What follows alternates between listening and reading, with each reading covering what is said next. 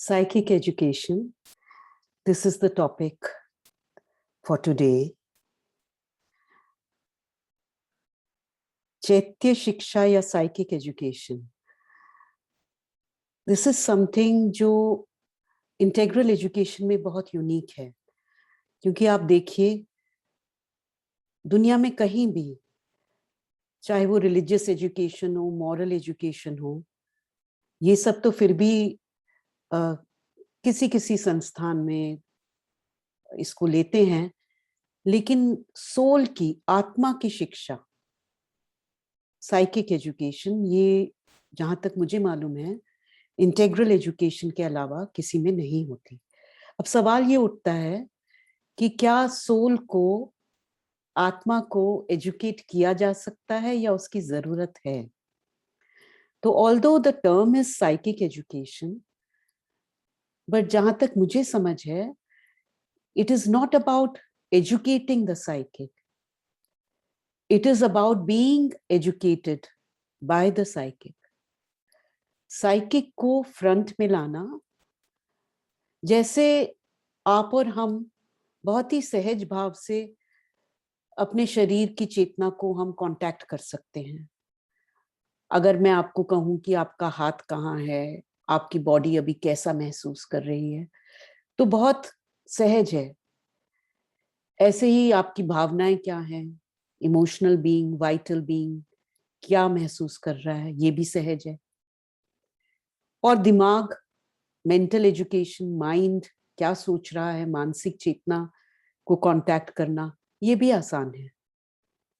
लेकिन मैं कहूं कि अब आपका सोल कहाँ पे है, कैसा महसूस कर रहा है, किस अवस्था में है, क्या कह रहा है, तो ये शायद मोस्ट ऑफ अस, हमको नहीं पता होगा कि कैसे करें।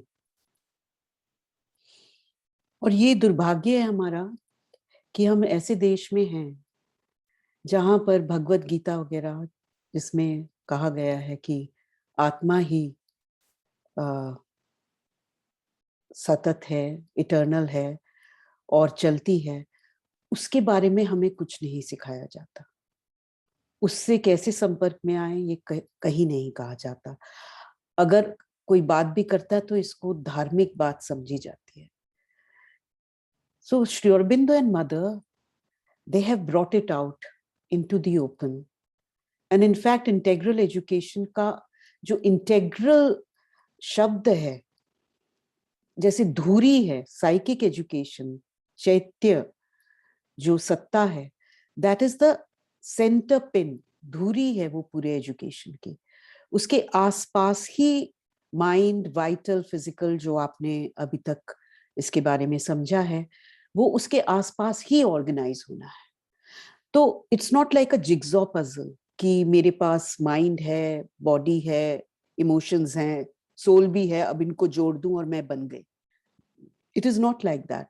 जस्ट लाइक एक फ्लावर होता है जिसमें जो सारी उसकी पेटल्स हैं, जब वो खिलती हैं और जो ब्यूटी आती है, वो इसीलिए आती है कि उसके सेंटर में वो जुड़ी हुई है, एक एक पेटल उस सेंटर से जुड़ी है। तो ये जो सेंटर है, ये है साइकिक। और इस चीज को समझना, इसके संपर्क में आना और इससे अपना जुड़ाव महसूस करना, और उधर से अपनी जो ब्लॉसमिंग है, अपना जो ब्लूमिंग है, वो उस चीज से जुड़ा हुआ हो और उसके अधीन हो, ये साइकिक एजुकेशन का लक्ष्य है। आज के लिए what I have done is कि मैंने सिंपली मदर का जो चैप्टर है ऑन साइकिक एजुकेशन, वो उसके की आइडियाज मैंने एक पावर पॉइंट में डाले हैं और वो मैं आपसे शेयर करना चाहूंगी। I will just share my screen. I hope I can share my screen. Yeah, okay.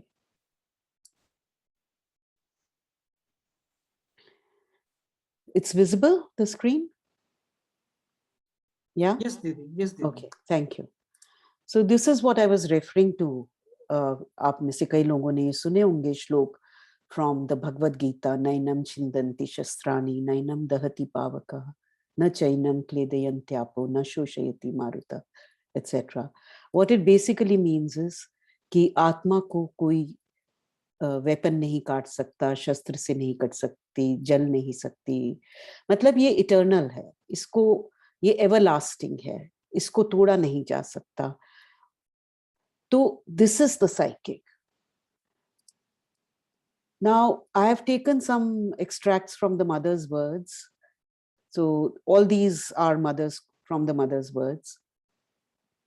तो साइकिक क्या है, जैसे हम समझते हैं माइंड क्या है, वो हमें इतनी समझने की जरूरत नहीं होती, लेकिन साइकिक वर्ड थोड़ा समझने की जरूरत है. बिकॉज जनरली जो सोल वगैरह या तो हम मूवीज में देखते हैं जिसमें वो आत्मा ऐसे घूमती रहती है सफेद से कपड़े पहन के, या हम कहते हैं, हाँ, बड़ी बड़ी बातों में सुनते हैं आत्मा, लेकिन अगर हम अपनी आत्मा को कांटेक्ट नहीं कर सकते, उसका हमें एक्सपीरियंस नहीं है, तो ये एक बहुत ही एब्स्ट्रैक्ट सी चीज हो जाती है हमारे लिए.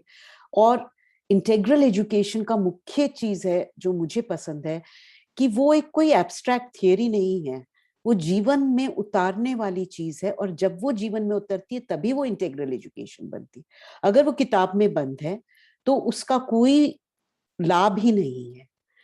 तो जब तक उसको हम क्रियान्वित नहीं करेंगे, एक्चुअलाइज नहीं करेंगे अपनी लाइफ में, उसका कोई मतलब नहीं है. तो इसलिए ये बहुत इंपॉर्टेंट है कि हम समझें कि व्हाट इज द साइकिक. तो this is clear that it persists after death, because ये हमारी इटर्नल सेल्फ है, और यही लाइफ टू लाइफ आगे हमारी कॉन्शियसनेस को कैरी करता है. So the mother says कि it can be called the divine within the reach of man. मतलब वो दिव्य चेतना जो हम आसानी से, जिसको हम छू सकते हैं अपने अंदर. ये बहुत इंडिया में वैसे अगर देखें, आई थिंक कबीर का एक दोहा है ना जिसमें है कि I am forgetting, Aparna you might know the exact words, कि अपने अपने अंदर ही जब देखा तो दुनिया में, पूरे दुनिया में ढूंढा, लेकिन जो मिले भगवान वो अपने अंदर ही मिले. There is something like that. I'm forgetting the exact words. So this concept कि हमारे अंदर ही भगवान मौजूद हैं, ये हम कहते भी हैं, सुनते भी हैं, लेकिन इसको महसूस करना, ये चीज साइकिक एजुकेशन के थ्रू पॉसिबल होती है. तो ये दिव्य चेतना के इन्फ्लुएंस में होता है, directly under the influence, directly, and it is already given to the divine. You see, जब आपने मेंटल, वाइटल, फिजिकल एजुकेशन के बारे में सुना होगा, पढ़ा होगा, तो यू विल सी कि it needs to be educated because इसकी अपनी सेल्फ विल है. वाइटल अपनी दिशा में भागना चाहता है, माइंड अपनी दिशा में भागना चाहता है, और उसमें भी बहुत सारी दिशाएं होती हैं, और जो फिजिकल है वो अपना ही कुछ कह रहा है. तो सब कहीं कहीं और जा रहे हैं, अपनी उनकी कोई विल है, डिजायर है, एम्बिशन है. लेकिन जो साइकिक है उसकी अपनी कुछ नहीं है, उसमें जो उसको दिव्य एहसास हो रहा है, जो दिव्य चेतना उसको आदेश दे रही है, वो वही करेगा, वही करना चाहेगा. उसका अपना कोई डिजायर, अपनी कोई एम्बिशन, अपनी कोई सोच नहीं है, वो पूरी तरह समर्पित है. तो अगर हम ऐसी लाइफ जीना चाहते हैं जो दिव्य चेतना की तरफ बढ़े, अग्रसर हो, उसको समर्पित हो, तो साइकिक के बिना ये हो ही नहीं सकता. इसलिए इंटेग्रल एजुकेशन की जो धुरी है वो साइकिक एजुकेशन है. सो इट इज लाइक कि हमारे गहराइयों में एक ये मंदिर है, डिवाइन का टेम्पल है.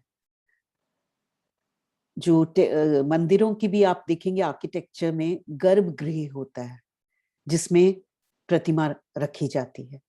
तो जो आर्किटेक्चर भी होता है मंदिर का, it's symbolic of the human consciousness. And right in the center, deep inside, when you go, and generally it's a narrow, small place in the old temples, and that is where you find the divine. So same way in our body, in our consciousness, when we go within into, this is the center of the chest, the psychic center, that is where the psychic is to be found.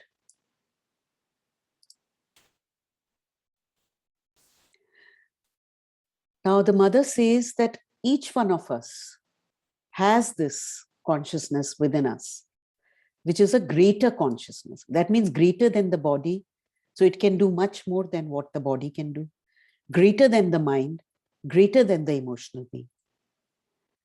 तो जब ये इतनी great है, इतनी powerful है, तो हम क्यों नहीं इसके बारे में समझते और इसको आगे लाते? अगर if it comes forward, then we can go beyond the bounds of our present life. जो हमें लाइफ में महसूस होता है कि हम बंधे हुए हैं, हम कुछ कर नहीं पा रहे, या फ्रस्ट्रेशन होती है, या छोटेपन का एहसास होता है, लिमिट्स का एहसास होता है, when we are in touch with the psychic, ये सब एहसास खत्म हो जाते हैं, and we can share in a higher and vaster life.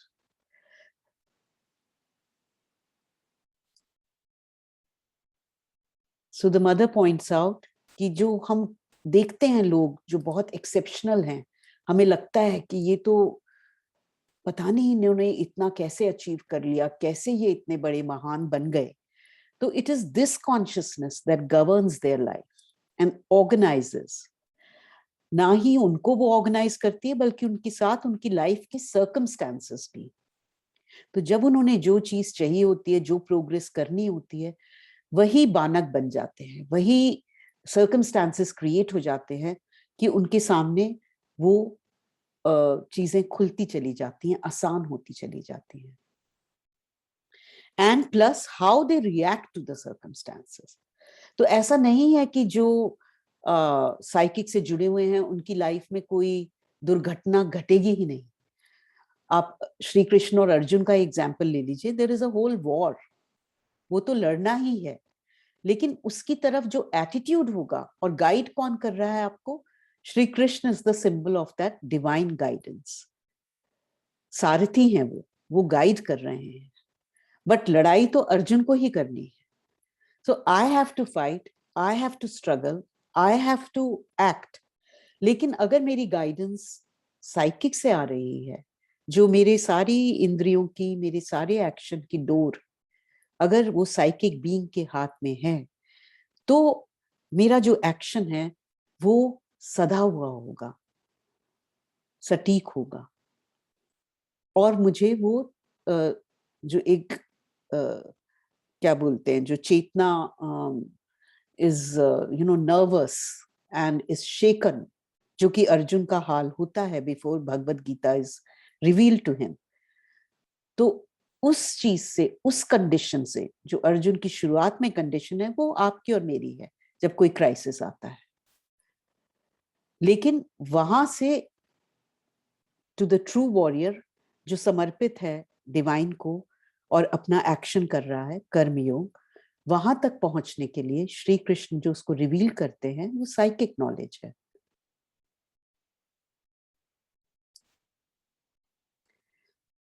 So here the mother clearly says कि जो mental consciousness, क्योंकि हम mind को अभी तक highest समझते आए हैं, what it cannot know, education में mind को ही प्रधानता दी जाती है. But this psychic consciousness can do something which the mind does not know and cannot do. It's like a light that shines at the center of the being, radiating through the. तो अगर आप meditate करते हैं, this is a very powerful image which you can meditate on. To visualize a light in the center of your being, जो कि वहां से radiate कर रही है, और आपकी जो बाहरी परतें हैं, माइंड की, इमोशंस की, बॉडी की, उनके थ्रू वो फर्दर उनको चीरते हुए बाहर की तरफ आ रही है.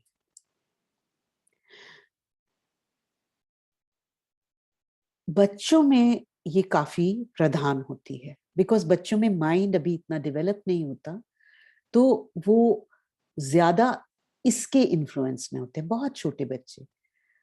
लेकिन अनफॉर्चुनेटली हम बहुत ही जल्दी उनको उससे अलग कर देते हैं, because we emphasize the mind, we emphasize food and body and comfort and convenience, not कि आपने जन्म किस लिए लिया है.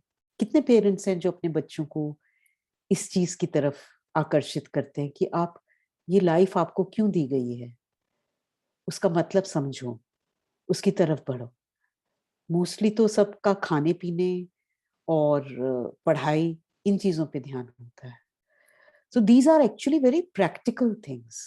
अगर आप इसको, इस चैप्टर को पूरा पढ़ेंगे इस नजरिए से कि ये फिलॉसफी नहीं है, हर एक सेंटेंस में आपको पूछना है अपने से, क्या मैं ये करती हूँ या करता हूँ, इसका क्या मतलब है मेरे जीवन में, तभी आपको उसकी पावर महसूस होने लगेगी।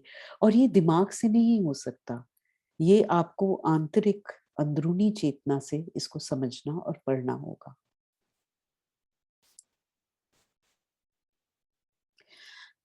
That is what the mother is saying कि एज पेरेंट्स को पता नहीं होता इसके बारे में, तो वो बच्चों की अटेंशन पूरी बाहर की तरफ केंद्रित करते हैं।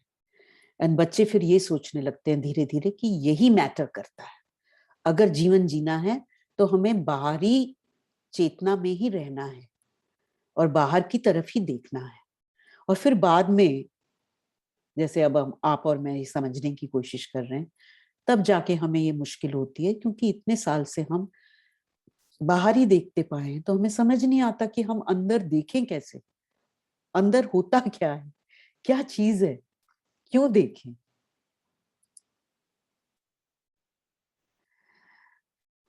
So here the mother says कि ये जो मेंटल वाइटल फिजिकल है एजुकेशन, ये जरूरी है अपने आप में, क्योंकि इससे पर्सनालिटी, हमारा व्यक्तित्व डेवलप होता है और बनता है। हम एक अमीबा या सबकॉन्शियस मास, जिसको कुछ नहीं मालूम अपने बारे में, उससे उठ के एक हमारी एक सेल्फ कॉन्शियस आइडेंटिटी बनती है, तो ये जरूरी है। लेकिन जब हम साइकिक एजुकेशन लेते हैं तो हमें पता चलता है कि हम इस दुनिया में आए क्यों हैं, हमने जन्म क्यों लिया है, हमारी लाइफ का पर्पस क्या है, हमें इस लाइफ में क्या अचीव करना है, और हम कैसे अपनी इंडिविजुअल सत्ता को, अपने जो शाश्वत प्रिंसिपल है, इटर्नल प्रिंसिपल, उस पे समर्पित कर सकते हैं और अपने जीवन को वाकई हम साकार कर सकते हैं। तो जनरली जो हम एम ऑफ लाइफ की बात करते हैं, तो हमारा ध्यान रहता है कि आपको क्या बनना है ना। जब एम पूछते हैं लोगों से, तो जनरली होता है, या अपने को इंट्रोड्यूस भी करते हैं, तो हम, I am a teacher, I am a doctor, I am a lawyer, you know, these kind of things. हम अपने इन चीजों से अपनी आइडेंटिटी मानते हैं नॉर्मली, और हम बच्चों को या एक दूसरे को भी क्या बनना है आपको, वही एम सोचते हैं। बट आप सोचिए, अगर मैं टीचर बन गई, मैं 30 इयर्स की एज में टीचर बन गई, तो मेरी तो लाइफ खत्म हो गई ना। मैं तो बन गई, मैंने तो अपना एम अचीव कर लिया, अब क्या बचा मेरी लाइफ में। तो there has to be something which is eternal. No matter if I'm 100, it is still an aim. And it is something which is behind all my minor aims, temporary aims. Temporary can be lasting for 15 years, but still it is temporary. There has to be something solid, foundational, जो कि मेरा true M है, और जिसकी वजह से मेरे छोटे छोटे एम जो हैं वो एक मीनिंग पाते हैं। So this is like making a, you know, the central thing. जब आप एक आर्किटेक्ट किसी भवन का निर्माण करते हैं, किसी बिल्डिंग का, या कोई पेंटिंग बनाते हैं, आप कोई स्टोरी लिखते हैं, there has to be a central idea, and then everything else is expressed around it. So what's the central idea of my life? That only the psychic knows.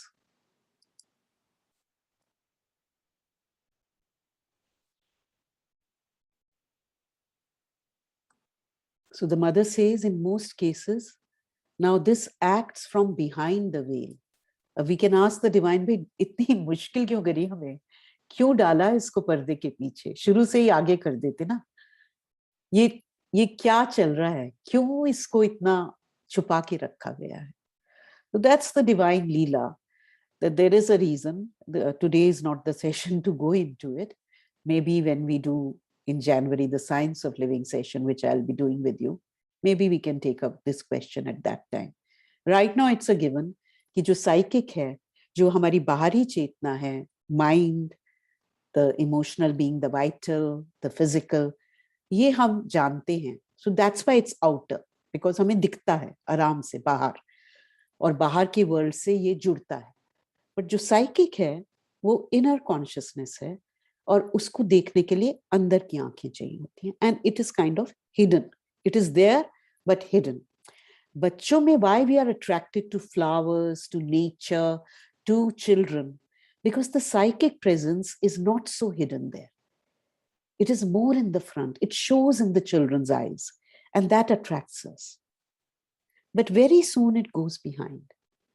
If you work with very little children, you will see it is in their eyes. And just as a mind develop hota, it's like that light is dimming and going behind. You can almost see it happening. Sadly, you can see it. So that is one of the saddest things as an educationist or as a parent to watch, but that is part of life. So if the psychic is in front, then you can lead your life with a certitude, a confidence. You are the master of your destiny. आप अपना भविष्य खुद निर्माण कर सकते हैं. So अगर ये मास्टरी ऑब्टेन करनी है, psychic presence, you have to become conscious of it. इसलिए psychic education should be practiced. So it is not to educate the psychic, but it is to educate me about the psychic, that psychic education is practiced. मैं psychic को समझ सकूं और उससे जुड़ सकूं, ये है psychic education. इसका एम ये है. तो माइंड को तो मुझे डेवलप करना है, साइकिक को डेवलप नहीं करना, साइकिक को आगे लाना है. तो इसमें एक चीज और समझनी जरूरी है, जो बाकी चैप्टर्स मदर ने लिखे हैं, that is my understanding, mental, vital, physical. Although it is true, integral education practice अगर मुझे करनी है, मेरे को पहले अपने आप के लिए करना पड़ेगा, तभी मैं वो बच्चों के साथ या किसी और के साथ कर सकती हूँ. लेकिन ये साइकिक एजुकेशन का जो चैप्टर लिखा गया, अगर आप पढ़ेंगे, द क्लियर इंप्रेशन इज कि ये बच्चों के लिए लिखा ही नहीं गया, ये खाली टीचर्स के लिए लिखा गया.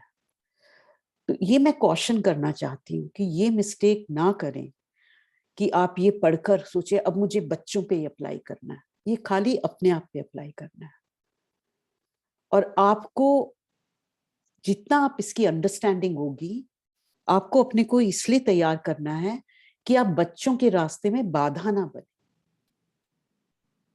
उनकी साइकिक की जो जर्नी है उसमें अड़ंगे ना अड़ाएं. और जब आप देखें, जैसे जो एक गुड गार्डनर होता है, माली होता है, वो जबरदस्ती तो फूल को नहीं उगाता ना, उसको पता होना चाहिए कि इस फूल की ये नीड है, उसको इतनी खाद चाहिए, इतना पानी चाहिए, ये सनलाइट चाहिए, इस सीजन में ये होगा, और वो उसको प्रोवाइड करना है एनवायरमेंट में. वो उसको ग्रो नहीं कर सकता. ये साइकिक के लिए स्पेशली ये बहुत ही बात बैठती है फिट. तो ये जो साइकिक का चैप्टर लिखा गया है, this is really, I feel it is for me. The more I practice it, the more I will be in a position to create those conditions for the child.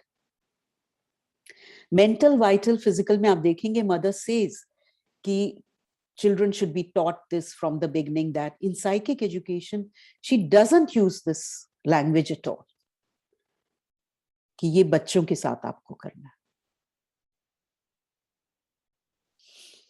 Now what is the prerequisite? If I want to engage in psychic education, the mother gives a lot of importance to personal will. Personal will. अगर मेरे में ये इच्छा ही नहीं है तो मैं इस रास्ते पे चल ही नहीं सकती. इसके लिए मेरे को एक हमेशा एक स्टोरी याद आती है जो कि मेरे को बहुत ही पसंद है, स्वामी विवेकानंद के बारे में. ये शायद मैंने उनकी बायोग्राफी में या श्री रामकृष्ण कहीं पढ़ा है कि जब वो पहली बार श्री रामकृष्ण परमहंस से मिले थे, उनका हमेशा एक क्वेश्चन होता था, कई महीनों से या सालों से वो तलाश में थे कि कोई मुझे ऐसा व्यक्ति मिले जो मुझे भगवान के दर्शन करा दे. तो वो हर एक से पूछते थे कि हैव यू सीन गॉड, क्या तुमने गॉड को देखा है? मोस्ट पीपल तो said no. If somebody said yes, next question will be can you show him to me, आपने देखा है, आप मुझे दिखा सकते हो? Most people, everybody he met said कि नहीं, मतलब मैंने देखा है बट मैं आपको नहीं दिखा सकता. Ramakrishna Paramahansa was the first one who said yes, मैं दिखा सकता हूँ. तो Swami Vivekananda was very happy, he said चलो. तो he took him to the river and he said चलो अंदर. तो विवेकानंद थॉट कोई इनिशिएशन सेरेमनी होगी, उसके बाद मुझे दर्शन हो जाएंगे. तो वो उनको उस रिवर में ले गए. अब जब वो रिवर में गए, उन्होंने कहा चलो अपना सर डुबो यहाँ पे. तो उन्होंने रख दिया अपना सर पानी के नीचे. और रामकृष्ण परमहंस, आपने देखा होगा, हिज बॉडी वाज, गठीला शरीर था, ही हैड पावर स्ट्रेंथ. तो उन्होंने ऐसे नेक से पकड़ा और उसका सर दबाए रखा विवेकानंद का पानी में, till he was almost on the verge of dying, कि उनका सांस छूटने लगा था. तब उनको ऊपर आने दिया. तो विवेकानंद वाज वेरी एंग्री कि ये इज ये मैडमैन, कि क्या पागल है ये, मेरी, मतलब he was just about to kill me, मेरे को तो मारने वाले थे. तो ही आस्क्ड कि क्या कर रहे थे आप? तो ही सेड आप अपने, जैसे रामकृष्ण परमहंस ने बोला, जैसे आप अपनी सांस के लिए छटपटा रहे थे ना, अपनी जान के लिए, जब आप में ये छटपटाहट गॉड को देखने के लिए होगी, भगवान के दर्शन के लिए, तब आपको भगवान के दर्शन होंगे. तो it's not like fast food कि फटाफट किया और मिल गया. सो द पर्सनल विल, ये छटपटाहट, this urge, unless that is there, the psychic discovery is not possible. That is what the mother says. So she says it is a personal matter, great determination, strong will, untiring perseverance, untiring, constantly. ये नहीं अब 1 घंटे मैंने कर लिया, उसके बाद 23 घंटे भूल गई.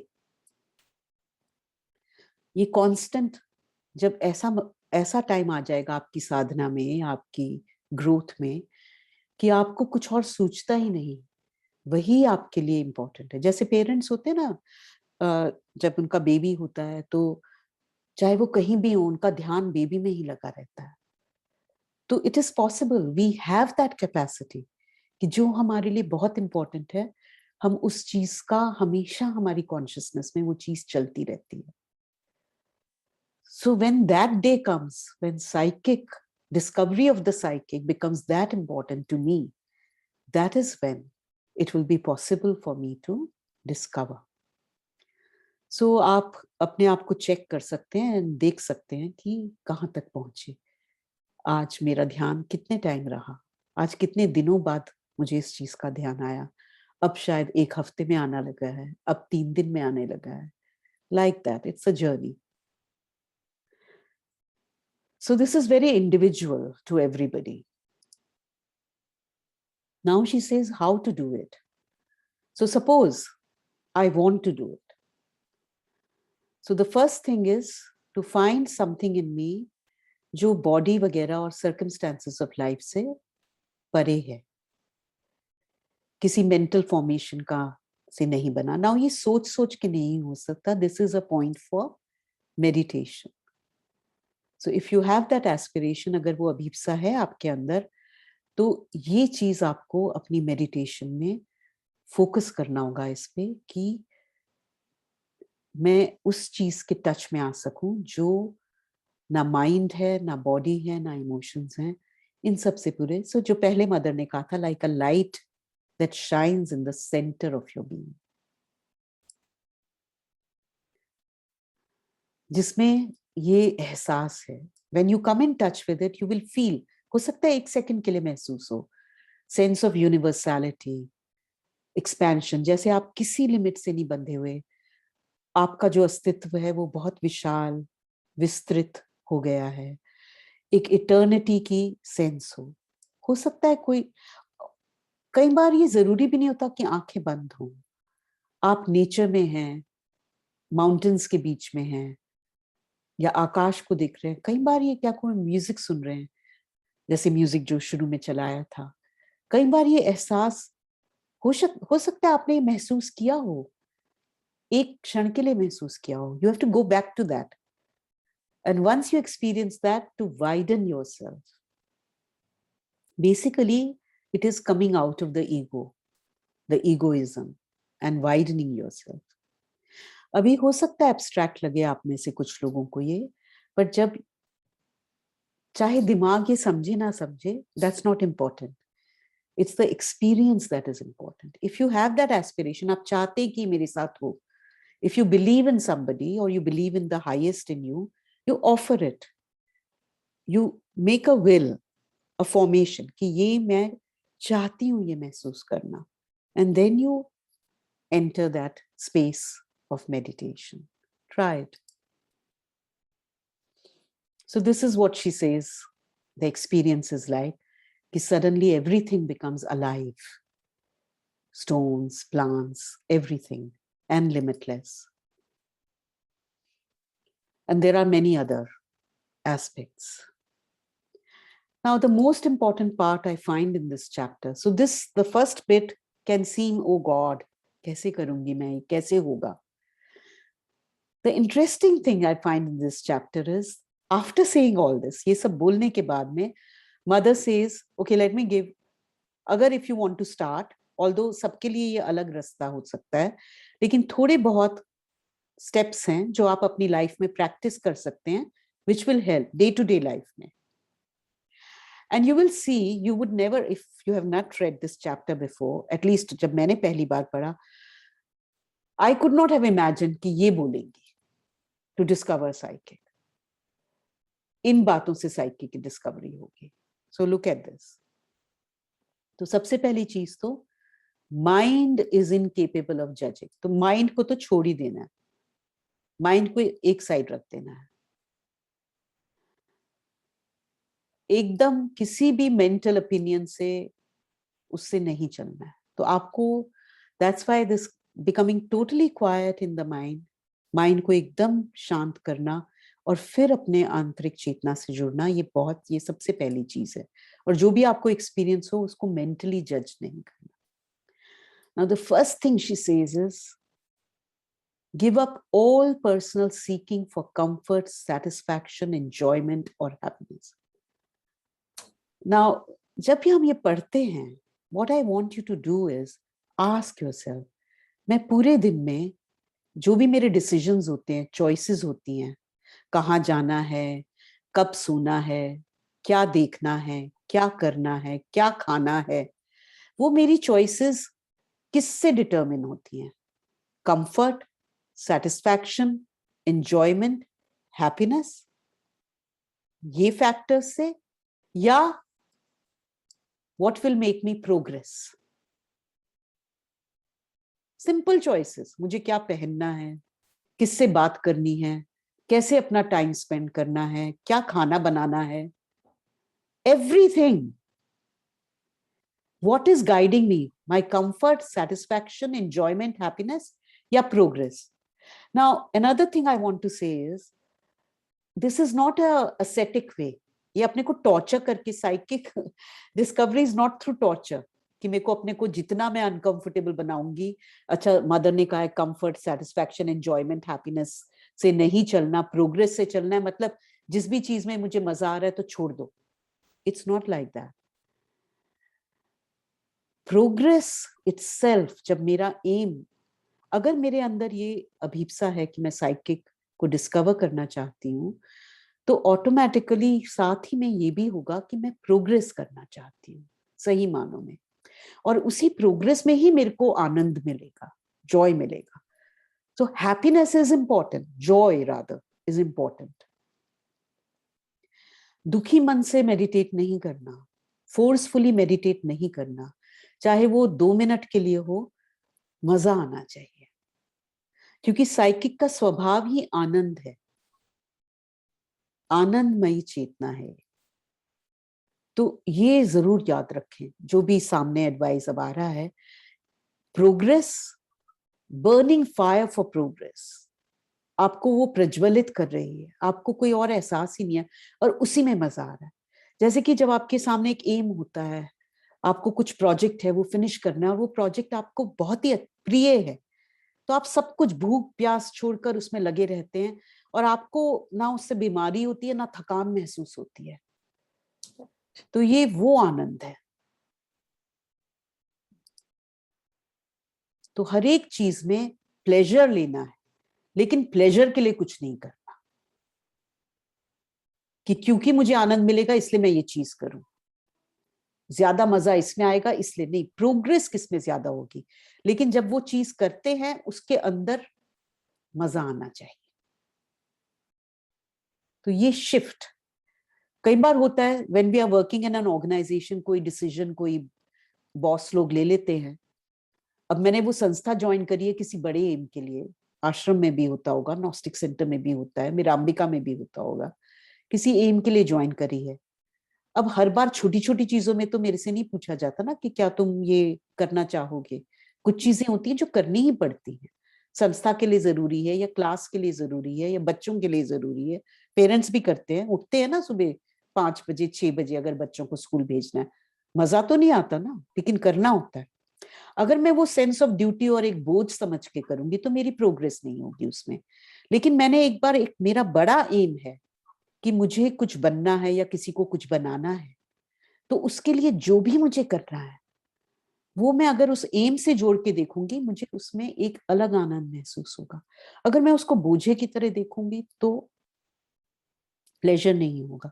तो हर एक काम में ऐसी चीजें होती ही हैं जो जरूरी नहीं है मुझे पसंद हो, लेकिन वो पसंद आने लगती हैं क्योंकि अगर मेरा ध्यान वो बड़े एम पे है।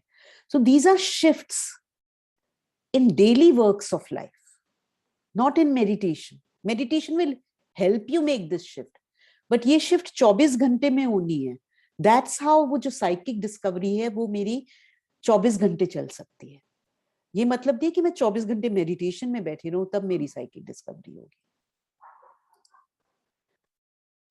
नेवर गेट एक्साइटेड, नर्वस और एजिटेटेड। तो वो एक मानसिक एटीट्यूड था। अब ये vital, directly to the vital. So you will see कि all the domains will come in psychic, कि बॉडी की तरफ आप बॉडी को कैसे एंगेज करें साइकिक डिस्कवरी में, माइंड को कैसे एंगेज करें साइकिक डिस्कवरी में, वाइटल को कैसे एंगेज करें साइकिक डिस्कवरी में। So never get excited, nervous और agitated, no matter what happens in life. Take pleasure but don't get excited, don't get depressed, don't get agitated, angry, panicky, nervous. Calmness, to be peaceful and calm in all circumstances. Now for that vital education is necessary, no? So you see how everything connects, like that spoke psychic is holding, and everything vital, true vital education cannot happen without the psychic. And the psychic cannot express itself, अपने को वो life में express ही नहीं कर सकता अगर vital educated नहीं है। So they are in, you know, पूरा रिश्ता है उनका, that's why integral. Same way with mind, same way with body. So it's like अगर मेरे को, मैं पैदा हुई हूं माउंट एवरेस्ट क्लाइंब करने, सपोज मेरा एम ये है, लेकिन मेरी बॉडी रेडी नहीं है, मेरा वाइटल रेडी नहीं है, मेरा माइंड रेडी नहीं है, तो मैं वो एम नहीं कर सकती ना। तो सेम वे साइकिक जो भी लेके आया है वो चीज वो नहीं कर सकता। अर्जुन को कितने साल ट्रेनिंग करनी पड़ी थी before Shri Krishna could work through him. ऐसे किसी के थ्रू तो नहीं कर सकते थे ना। उसकी पूरी हर एक अस्त्र शस्त्र चलाने में सब तरह की एजुकेशन थी। उसके बिना तो नहीं वो बैठ गया था कि बस मुझे बता दो और मैं कर लूंगा। So integral means कि every part has to be developed, but guided by the psychic and for the psychic. So be calm, but calmness doesn't mean passivity. निष्क्रियता नहीं. Always alert to discover what progress you still have to make. So this is a very alert, active calmness, dynamic peace. Third, never take physical happenings. Now, this will help in the calmness also. Try to understand कि अगर ये हुआ है मेरी life में, इसके पीछे क्या चीज है, what is the true thing, what is life, the divine, क्या मुझे सिखाना चाह रहे हैं, क्या मुझे इसमें डिस्कवर करना है. Now this, in relationships, in organizations, very simple but very difficult to do. किसी के बिहेवियर के बारे में कंप्लेन ना करें. इट डजंट मीन कि आप को मालूम नहीं होगा, डिस्क्रिमिनेशन नहीं होगी आपके अंदर कि क्या सही है क्या गलत है, बट कंप्लेन नहीं करना है unless you have the power to change that in the other person. और अगर वो पावर है तो फिर चेंज करें, कंप्लेन करने से क्या फायदा. So this takes some time to understand and then to practice, but it is a very interesting one, I find. And then whatever you do, don't forget that larger goal of discovering the psyche. So everything becomes equally important, equally. चाहे वो आपका नहाना हो, खाना हो, बात करना हो, काम करना हो, खेलना हो, कुछ भी हो, walk करना हो, everything is equally important. Sri Aurobindo has said all life is yoga. This is what it means. Everything can become a means to discover yourself, to discover the divine. You know, I have shared this in another context with some other group, I think, that one day when the mother was walking, she was very concentrated in her apartment, in her room. And suddenly she said, oh, and somebody asked, mother, why did you say, aapne oh kyun bola? And mother said कि बहुत दिनों से जब मैं walk करती हूँ तो मैं ये कारपेट को कॉन्शियस करने की कोशिश कर रही हूँ कि कारपेट में, कालीन में मैं ये दिव्य चेतना की सत्ता का एहसास जगा सकूं कारपेट में. एंड आज I felt a response, carpet से मुझे रिस्पॉन्स मिला. Now can you imagine what was happening? So you and I, when we walk, what do? दिमाग में 10 चीजें चल रही होती है. फोन पे अगर वॉक के लिए जाते भी है, मॉर्निंग वॉक के लिए, फोन पे बात कर रहे हैं किसी, कितना ध्यान होता है अपनी बॉडी पे कि बॉडी को डेवलप करें, और कितना ध्यान होता है कि बॉडी को ओपन करें to the divine when we are walking. For example, when we are speaking, can we speak in a beautiful manner to express the divine? So each and everything. And it becomes very interesting when you try. I'm not saying I do it always. I'm very far from it. But whenever I connect with these words and try and do it, it's a very interesting thing. So same way, before you eat, concentrate and offer that food कि उससे पूरी energy आपको मिल सके. Generally कहा जाता है कि if you want to lead a spiritual life, ये खाओ, ये मत खाओ, etc. It's not that कि उसमें truth नहीं है, वो अपनी जगह है. But if you have to lead spiritual life in life, not in an ashram or something, not cut off, then, sorry, when I say ashram, I don't mean Sri Aurobindo ashram, because that is a unique thing about the ashram, which I found, Sri Aurobindo ashrams, that it is through work that yoga is done, unlike many other ashrams. And not work as a just service ki shram daan karna hai. Work, real work, which is like a vocation. So, whatever you eat, no matter what you eat, when you are in life and you go to a restaurant, whatever you eat, to offer that so that it gives you the right energy, or it connects you with the divine. It goes to the divine. Same way, सोने से पहले, concentrate, offer. So each and everything. I'm hurrying a little because I'm aware of the time.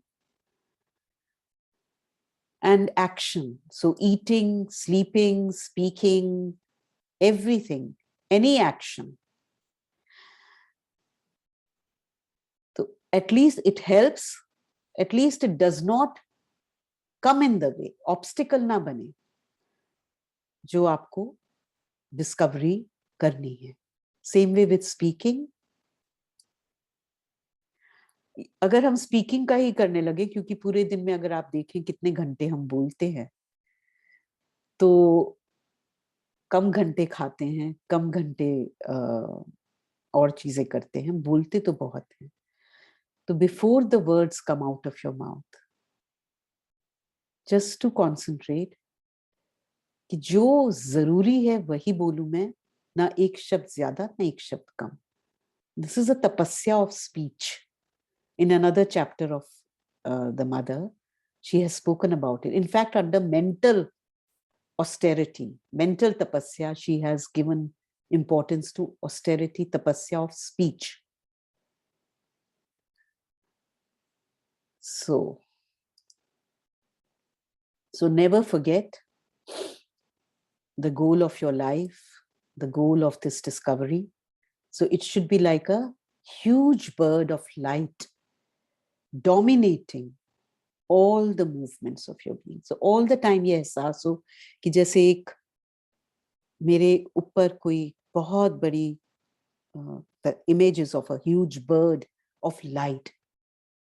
You have seen Mother's signature, you know, it is like that bird which is flying.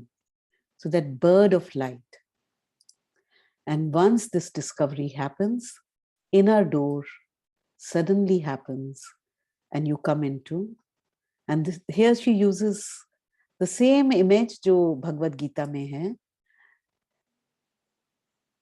like जैसे कपड़े, पुराने कपड़े आपने throw करके फेंक देते हैं, इसी तरह आपको ये एहसास होता है कि आप हमेशा से थे और हमेशा रहोगे. दैट एहसास of immortality, अनश्वरता.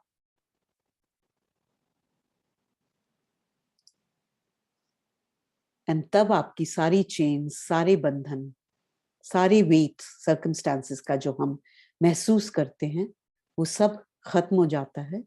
And we are able to walk straight and firm, master of our lives, conscious for destiny. So this is what the psychic education is about. खाली 5 ही मिनट हैं, अगर किसी ने कोई क्वेश्चन पूछना है तो पूछ सकते हैं. ये चैप्टर जरूर पढ़िए साइकिक एजुकेशन का, मदर का.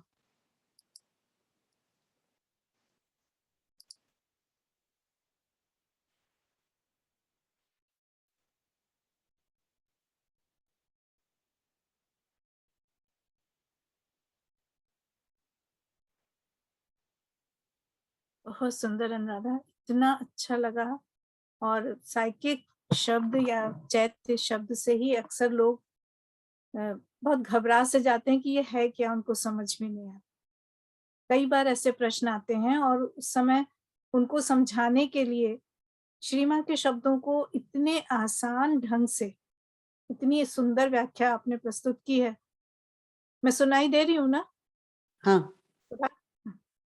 कि कई बार ये हमारे सामने आया. बच्चों के साथ तो शब्द का प्रयोग हम करते नहीं हैं, लेकिन मालूम था कि आपने इस पे इतना काम किया और ये जरूर स्पष्ट होगा.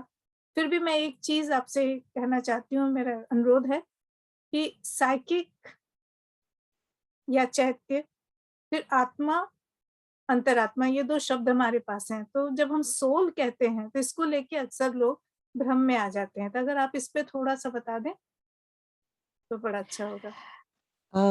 मैं इस वक्त तो सोल वर्ड ही यूज कर रही हूँ. जब आप गहराई में जाते हैं, श्री अरबिंदो की पढ़ते हैं, तो आगे उन्होंने बताया है डिफरेंसेस साइकिक बीइंग में, साइकिक प्रेजेंस में, सोल में. लेकिन इस वक्त जहां से हम शुरू कर रहे हैं, that is another thing in Sri Aurobindo and Mother's writings you will find कि words के बहुत fixed meaning नहीं है. There is a fluidity. तो वो एहसास होना बहुत important है rather than the words. तो psychic, simply like the Mother says, is divine presence. मेरे अंदर जो दिव्य एहसास है, दिव्य सत्ता है, वो साइकिक है. और उसकी जो प्लेस बताई गई है, वैसे तो वो हर एक कण कण में मौजूद है, कण कण में भगवान कहते हैं, लेकिन उसकी जो कहा गया है, अगर मुझे फोकस करना है तो वो अनाहत चक्र जो है, जो डबल सेंटर है, उसकी तरफ फोकस करना है, डीप इनसाइड. आप कुछ और पूछना चाह रहे थे? नहीं, ऐसा ही कुछ था, लेकिन हम ये कई बार मेरे पास ये प्रश्न आए थे, जब हम श्री माँ की शिक्षा को लेकर बात करते हैं, तो वो 5 अंगों की बात करते हैं, शारीरिक, प्राणिक, मानसिक, चैत्य शिक्षा और फिर आत्मा की शिक्षा। तो यहाँ पर आके लोगों के Okay, okay, बीच में okay. थोड़ा Right, right, right. No, spiritual is different. Spiritual is Jivatma. Yes, अच्छा, Spiritual is, or am I saying? I'm also getting confused. Let me say, spiritual is here. Spiritual Spiritual तो is here. हाँ, जीवात्मा ही है. I think if you read in Sri Aurobindo's letters on yoga, so this is not Atma. Okay? This is जीवात्मा, जो कि individual, हर एक person की individual होती है, और जो लाइफ टू लाइफ गाइड करती है evolution, but it doesn't participate in the evolution. नहीं, इट हेल्प्स, ये It कमांड करती stands है। away. It is in a way impersonal. It is personal to me, but it is impersonal. हाँ, but जैसे हम psychic जो कहते है हैं, वो मेरे अंदर है और मेरी लाइफ में पार्टिसिपेट करता है, और from life to life it grows also. It gains strength. Jivatma does not grow. Through Jivatma is हमारे like ये a जो 3, supervisor.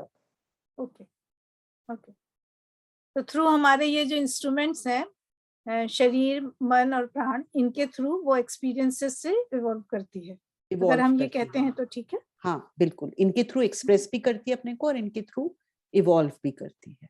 राइट. बहुत, बहुत ही सुंदर, और मैं आपका एक बार इस बात के लिए खास तौर पे धन्यवाद करना चाहती हूँ कि हमने ये जो कार्यक्रम शुरू किया था, जिसमें बाद में श्री अरविंद आश्रम दिल्ली शाखा और श्री अरविंद सोसाइटी हिंदी क्षेत्रीय समिति, इन दोनों ने मिलकर इसको आगे बढ़ाया है।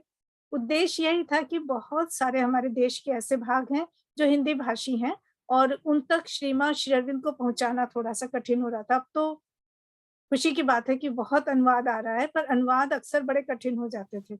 इसलिए हमारा आग्रह था कि हिंदी में बोला जाए, और आपने, जबकि आपने कहा था कि आप हिंदी में नहीं बोलेंगी, इतनी अच्छी हिंदी बोली और इतने समझ में आने वाले ढंग से इसको किया। खास तौर पे ये पावर पॉइंट प्रेज़ेंटेशन मेरे जैसे लोगों के लिए बहुत कठिन चीज़ लगती है। आज उसका उपयोग इतना सुंदर और इतना अच्छा लगा, जिससे समझने में बहुत सुविधा हुई। अनुराधा जी, जी. Ritam here. Oh, so nice to see you. आपकी तो पेंटिंग्स में ही साइकिक टच होता है. इतना सुंदर लगा आपका ये आज का जो बहुत ही सुंदर प्रेजेंटेशन, और सचमुच में सुन के आनंद आ गया। अम, मैं जानना चाह रही थी, आपने तो इतने वर्षों बच्चों के साथ काम किया है, अभी भी कर ही रही हैं, तो साइकिक एजुकेशन स्पेशली उसके दौरान आपका कोई एक ऐसा अनुभव आया हो तो बताइए, बच्चों के साथ काम मेरा तो तरह से बच्चों बच्चों से के भीतर वो मेरे को खुद ये लगता है और लगा है, जैसे एक फेज था जब मेरे को लग रहा था कि मैं बहुत ही हार्ड सी हो गई हूँ, जैसे कि चेतना बहुत शुष्क हो गई हो, हार्ड हो गई हो. और तब मैंने ये डिसीजन लिया कि मैं अपना दूसरा काम छोड़ के, मतलब मैंने काम कर रही थी, फिर बच्चों के साथ फिर छोड़ दिया था एडमिनिस्ट्रेटिव वर्क वगैरह में ज़्यादा. तो मुझे ये लगा कि मेरे को छोटे बच्चों के साथ काम करना बहुत ज़रूरी है, नहीं तो मैं अपने साइकिक से दूर होती चली जाऊंगी. तो साइकिक एजुकेशन, मतलब बच्चों, छोटे बच्चों के साथ जब आप काम करते हैं तो आपके साइकिक को मदद मिलती है फ्रंट में आने में, क्योंकि जैसे मदर ने कहा है कि बच्चों में ये चीज होती है आगे. तो जब आप छोटे बच्चों के साथ टाइम स्पेंड करते हैं और रियली उनके साथ, मतलब ये नहीं कि उनको मुझे कुछ सिखाना है, मुझे ये करना है, नहीं, उनके साथ मजा कीजिए, खेलिए, तो अब आप अपने साइकिक के टच में आएंगे, जैसे लोग नेचर के थ्रू आते हैं. It's the same. तो I don't know if that answers you or you want something else. I don't know. नहीं नहीं, बिल्कुल बहुत सुंदर बात की ये। Thank you so much.